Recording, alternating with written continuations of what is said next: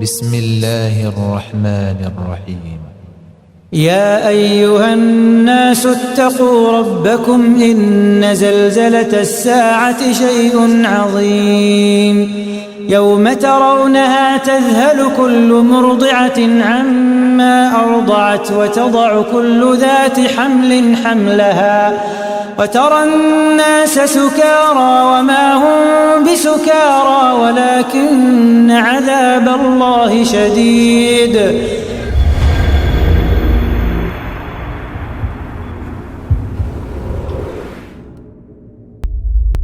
Mbaka Muhammad sallallahu alayhi wasallam muhadithi ntufu nategeza natugamba yub'athu kullu 'abdin 'ala ma mata alayhi, buli muddu agenda kuzuukizibwa okudda eri Allah tabaraka wa ta'ala naye nga agenda kuzuukizibwa ku ekyo kye yafiirako. Muganda wange ampuliriza, weekube mu kifuba otunuulire bifo kimwobeera, era ng'ekibuuzo ky'olina okwebuuza, singa Allah ajja nankowoolera wano ngenda kuzuukizibwa ntya okudda eri ye Allah? Kubamu akafaananyi, oli mu disco, oli mu ndongo, Allah n'agera embeera yonna n'obeera nti wooviira mu nsi eno, kinakuwaza era kyannaku nnyo okuba nti omuntu ogenda kuzuukizibwa mu disco okudda eri Allah tabaraka wa ta'ala. Lwansonga gyodda tebagenda kugabayo birabo, nedda, fiira n'ebirabo gyebiri, naye kwaba abaabikolerera.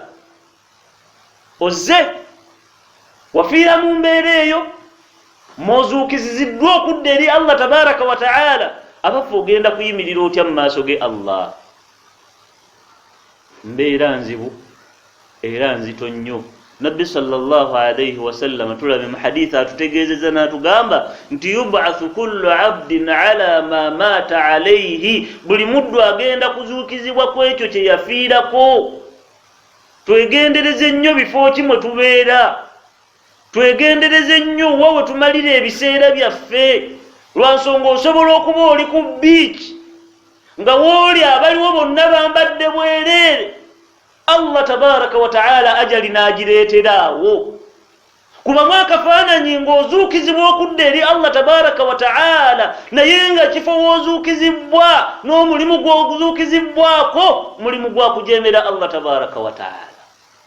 Yub'athu kullu 'abdin 'ala ma mata alayhi, buli muddu agenda kuzuukizibwa okudda eri Allah tabaraka wa ta'ala ng'azuukizibwa ku ekyo kye yafiirako.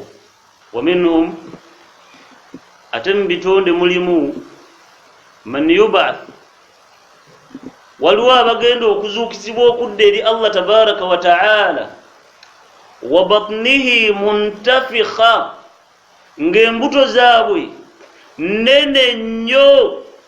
Wa idha arada an yaqifa, ng'omuddu oyo waaba ayagadde asituke, wayamshi, asobole okutambula okudda eri Allah mu bbaliro, la yastati', tasobola, bal yaqa 'ala al-ardi, buli wagezaako okusituka agwa bugi wansi. Wa idha jalasa 'ala al-ardi, ate bw'atuula wansi, yatalabbatu yaminan wa shimalan, abeera yeezingulula dda ku kkono na ddyo, yeenyoolera ku ttakooko, la yaqdiru 'ala al-mashyi, nga tasobola kutambula.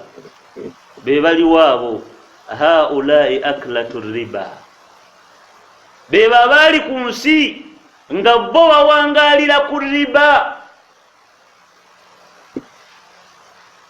Oli n'abeerawo ku nsi ng'awangaalira ku riba. Olwaleero osanga oli n'akugamba nti n'omuvubuka w'ensangi zino atalina looni aba yeewuunyisa, naye ng'ekigambo looni kitegeeza riba. N'osanga omulala ng'agamba nti ate obusiraamu tunaakola ki, obusiraamu tubuliko naye ate n'ensi tulina ogibaako, kankwate obuyumba bwange buno mbuteekeyo bampe obukadde 10 nazaayo 12, anti ensi bwetyo bwetambula. Ani eyagamba? nekituuka ku mbeera nti bakama baffe abakulembeze b'obusiraamu batuteereddewo banka z'obusiraamu ng'omuntu asobola okwewola nga temuli riba, naye abasiraamu era ne tugaana okwewola mu banka z'obusiraamu ne tugenda mu banka eza riba. Allah atutegeeza ku nsonga eyo n'atugamba nti alladhina yaakuluuna riba, timazima abo abantu abalya riba abawangaalira mu mbeera eyo la yaqumun, ku lunaku lw'enkomerero tebagenda kusobola kusituka kugenda mu mahshar, naye bagenda kuyimirira batya?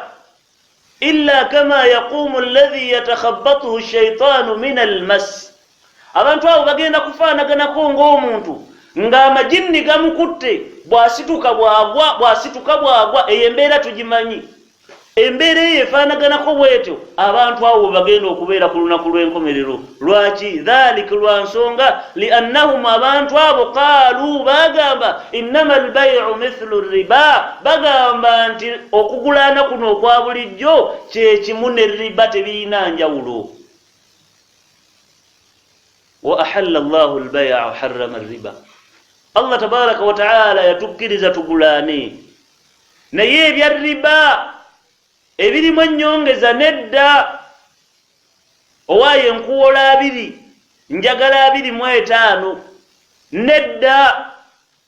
wa ahalla Allahu albay'a wa harrama riba, olwaleero n'abasiraamu obasanga nga ye Mustafa, naye nga naye ekitundu kyonna kimumanye nti Mustafa ye Manerenda.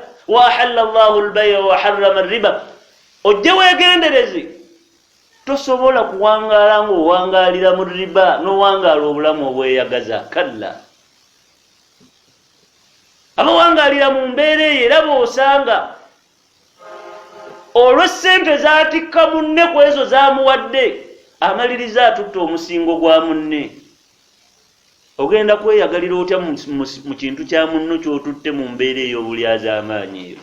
Obusiraamu butulagira okuyambagana, naye si kutikka bannaffe ssente zisinga ku ze tubawadde. wa ahalla Allahu albay'a wa harrama riba, Allah tabaraka wa ta'ala yatukkiriza tugulaane, naye Allah tabaraka wa ta'ala n'aba nti yatuharamisa riba. Riba yagigaana. Abantu abo bali ku nsinga balya riba, nabo bwe batyo bagenda okuzuukizibwa okudda eri Allah tabaraka wa ta'ala. Abantu abalala, wa minhum, mulimu abantu abalala, yub'ath, abagenda okuzuukizibwa okudda eri Allah tabaraka wa ta'ala, wa hawlahu atfal, ng'omuntu oyo yeetooloddwa abaana abato, yajurrunahu jurran, ng'abaana abo bamusika olusika, wa yadfa'unahu dafa'an, ng'abalala bamusindika olusindika. Naye nga embeera eyo gye bamuteekako tebamutwala nti bamutwala mu bintu bya kusaaga, nedda, wabula bamwolekeza eri Allah tabaraka wa ta'ala. Omuntu oyo agenda kubeera atya? haulayi aklatu maalul yatim, be babaali ku nsinga bali emaali y'abamulekwa. Allah atutegeeza ku nsonga y'abamulekwa, surati Nisa, n'atugamba Allah, wabtalu lyatama hatta idha balagu nikah, mulabirire abaana bamulekwa bano paka omwana waatuuka ku mbeera ey'okuba nti akuze, atuuse n'okuba nti awasa. Bimaana omwana waatuukira okuwasa aba atuuse okwawula ekirungi ku kibi, era aba yeesalirawo. wabtalu lyatama hatta idha balagu nikah fa in anastum minhum rushdan, abaana bano bwe mumalaba nti kati bakuze, omwana akuze amanye ekirungi n'ekibi era yeesalirawo, fadfa'u ilayhim amwalahum, sente zaabwe, ebyobugagga byabwe bye mubadde mulabirira mubikwate mubibawe. wala taakuluha israfan wa bidaran an yakbaru, temudda ku sente z'abamulekwa zino kuzirya nga bwe mudiibuuda musobole okuzimalawo bagenda otuuka okula nga tewali, emaali yaabwe yonna mwagirya dda.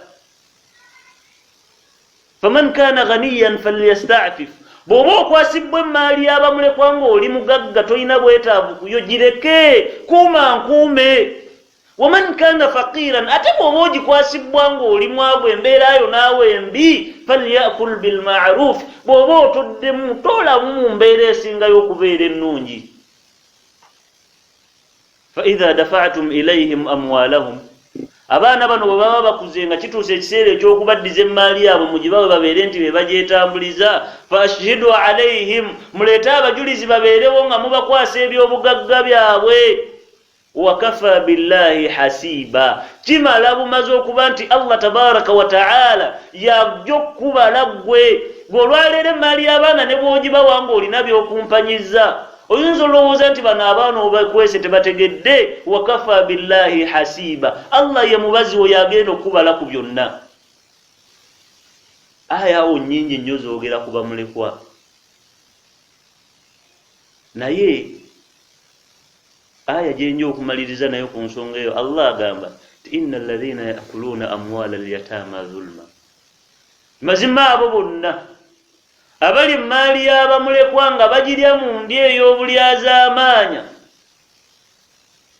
innama yakuluna fi butunihim naara timazima abantu abo emmaali gye bali ey'abamulekwa nga bagirya mu makubo agatali matuufu mazima balya muliro gwe bateeka mu mbuto zaabwe. wasayaslawna saira era Allah tabaraka wa taala abantu abo wakubayingiza omuliro sair naabo bagenda kuzuukizibwa mu mbeera efaanagana bwetyo. obwana nga bubasindika bwe bubasika nga bubatwala eri Allah tabaraka wa taala. lwaki beba abaali ku nsi nga bali emmaali y'abamulekwa.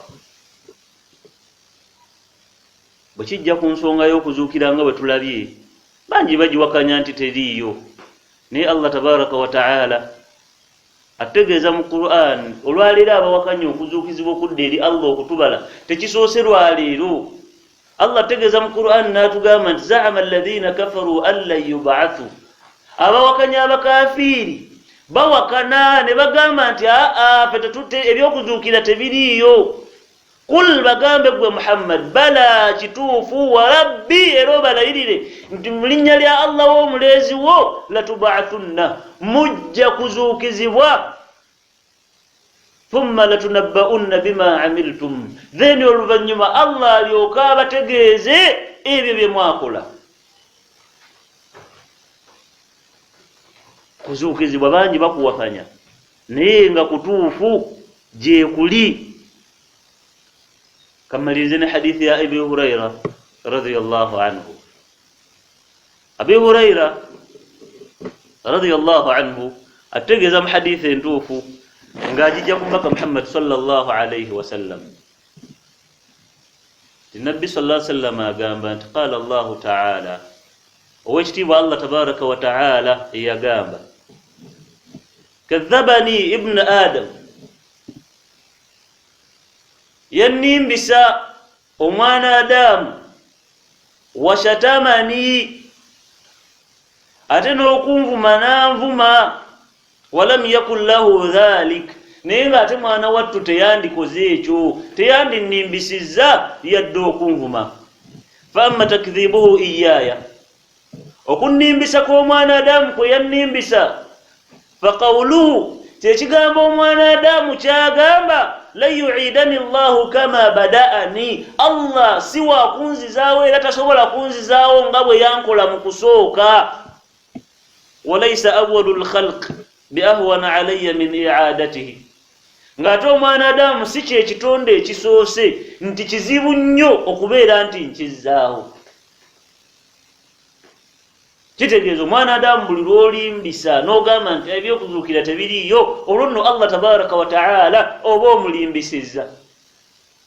n'agenda mu maaso Allah n'atugamba mu hadithi al-Qudusi eyo n'agamba wa amma shatmuhu iyaya naye okuvuma kw'omwana Adamu oyo kwanvuma fa qawluhu ye mwana Adamu okugamba ittakhadha Allahu walada nti Allah yazaala omwana nga bannaffe abalala bwe bagamba ti Nabbi Isa alayhi salam mwana wa Allah. ekyo nno kivume eriye Allah oba omuvumye lwansonga Allah mu hadithi al-Qudusi eno yagenda mu maaso n'agamba wa ana al-ahad nze ndi omu bwannamunigina as-samad eyeemalirira mu nsonga zange zonna, lam alid sizaalangako, walam ulad ate era sizaalibwa, walam yakun li kufuwan ahad ate nga teriyo kinfaanana mu bwakatonda bwange. Bwe tutyo bwe tugenda okuzuukizibwa, Allah atuzzeewo nga bwe twali, tudde mu maaso ge Allah tabaraka wa ta'ala, olwo nno alyoke atwokye kajjojijjoji w'ebibuuzo ku ebyo bye twakola ku nsi, tulongoose emirimu gyaffe tusobole okuwona obuzito bw'olunaku olwo. Lwaki Allah yatutegeeza dda mu hadithi al-Qudsi endala empanvu n'atugamba nti innama hiya a'malukum, mazima jjo mirimu gyammwe, uhsiha lakum, njibaterekere eno, buli lwokola omulimu Allah agutereka. Faman wajada khairan falyahmadillah, alisanga nga emirimu gye mirungi, kirungi atendereze Allah tabaraka wa ta'ala. Waman wajada ghaira dhalik, ate alisangayo ebirala ebitali ekyo, bimaana alisanga nga emirimu gye si mirungi, fala yalumanna illa nafsahu, tatunenyanga okujjako yeenenyanga yekka. Tulongoose emirimu gyaffe tusobole okuwona obuzito bw'olunaku olwo. Oweekitiibwa Allah tabaraka wa ta'ala bw'aliba atwongedde obulamu ng'akyatuwadde obulamu, tujja kulaba mu mazuukiro awo tuzuukidde tutya, tuyise tutya ku siraata, tutuuse tutya mu maaso ga Allah, tulabe okubalibwa Allah agenda tubala atya, era mpeera ki eriyo ewe Allah tabaraka wa ta'ala. Saba oweekitiibwa Allah atuteeke mu baddu be abawuliriza ebigambo ne bajjamu ebisinga okubeera ebirungi. Subhanaka Allahumma wa bihamdik, nashhadu an la ilaha illa anta, nastaghfiruka Allahumma wa natubu ilaik. Wassalamu alaykum wa rahmatullahi wa barakatuh.